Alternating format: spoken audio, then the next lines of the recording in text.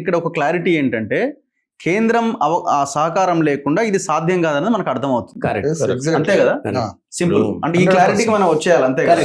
రాష్ట్రాలు ఎన్ని జీవోలు ఇంకోటి చేస్తే మళ్ళీ 50% కేంద్ర ప్రభుత్వం అంతే. 50% దాటి రాష్ట్రాల పరిధిలో లేనే లేదు. ఇంకా అవకాశమే లేదు.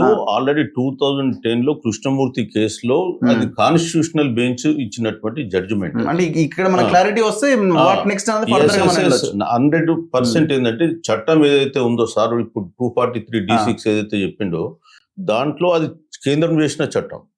సో ఆ చట్టం మీదనే సుప్రీంకోర్టు ఒక జడ్జిమెంట్ ఇచ్చింది. కాబట్టి మళ్ళీ అది సుప్రీంకోర్టు కేంద్రంలోకి వెళ్ళి అక్కడ ప్రపోర్షనల్ రిప్రజెంటేషన్ బీసీలకు ఇవ్వాలని చెప్పి రాస్తే అప్పుడు ఇబ్బంది ఉండదు.